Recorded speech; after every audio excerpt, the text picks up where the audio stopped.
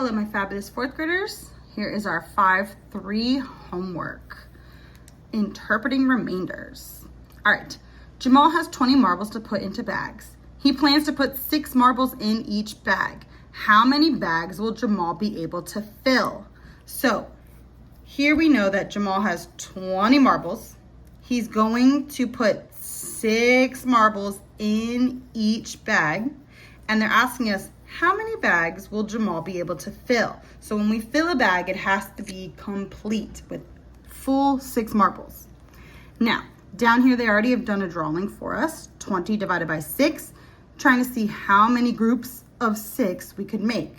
So Jamal's able to fill 1, 2, 3 bags with 2 left over. 20 divided by 6 equals 3. And then it says R2. That just means remainder of 2. Or you could say 3 with 2 out of 6, because those 3 groups are like 6 out of 6, 6 out of 6, 6 out of 6. We have 3 holes, and then there's 2 left over. 2 out of 6 to be a total group. So 2, 6. So when you come down here, and you're doing numbers 1 through 4, you're gonna find the quotient and then write the quotient with the remainder 2 different ways, just like they did up here. 3R2 or 3 and 2, 6. Your denominator is always going to be the same as your divisor, okay? So let's go ahead and do this first one together. I have 22 divided by 5. Well, if I skip count by 5, I need to know how many times I can skip count by 5s until I get close as possible to 22 without going over. 5, 10, 15, 20, 25, too much, 20. So 4 times. I could skip count 4 times to give me 20.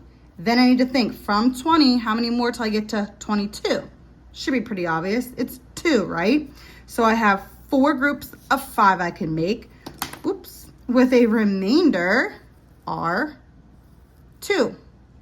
Or I could write it as 4 holes with 2 out of 5, 2 fifths, okay?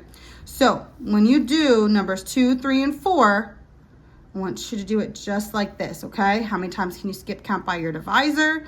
That's going to be your full number. Then how many are left over will be your numerator, and your divisor is going to be your denominator. All right, for numbers 5 and 6, we're going to divide, then interpret the remainder. 34 apples, 3 apples in each bag. 34 divided by 3 equals blank with blank left over. So here, once again, you're still doing the same thing up here, right? But skip counting by 3s. How many times can you skip count by 3s without going over? And then how many will be left over? Okay. Then down here, how many apples are not in bags? Do the same thing for number 6. 12 cards, 5 cards in each box. 12 divided by 5 equals blank with blank left over. How many boxes are needed for all the cards? All right. Now on to the back. Why should the remainder be less than the divisor? So think about that. When we're dividing, as long as I have enough to put into the groups, I can keep going, correct? So my remainder should never be bigger than my divisor, because that means I still have more to put in the groups. Number 8. There are 25 students in Miss Morris's class. She wants to divide the class into 3, 4, or 5 equal teams with all the students on teams.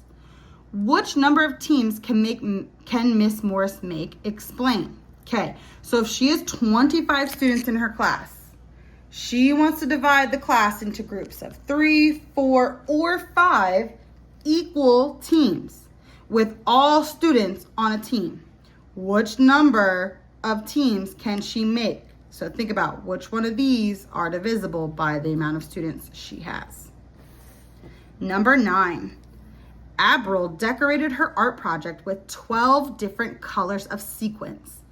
If she used 15 of each color, How many sequins did April use? Oh, so we need to think. She decorated her project with 12 different colors of sequins. If she used 15 of each color, how many sequins did she use? So let's think. We know 12 colors, 15 of each color. How can we figure out how much she used altogether? Number 10, there are 14 girls trying out for volleyball. Each team will have 6 players. How many full teams will be made? How many girls will not make a team? Okay, so 14 girls trying out.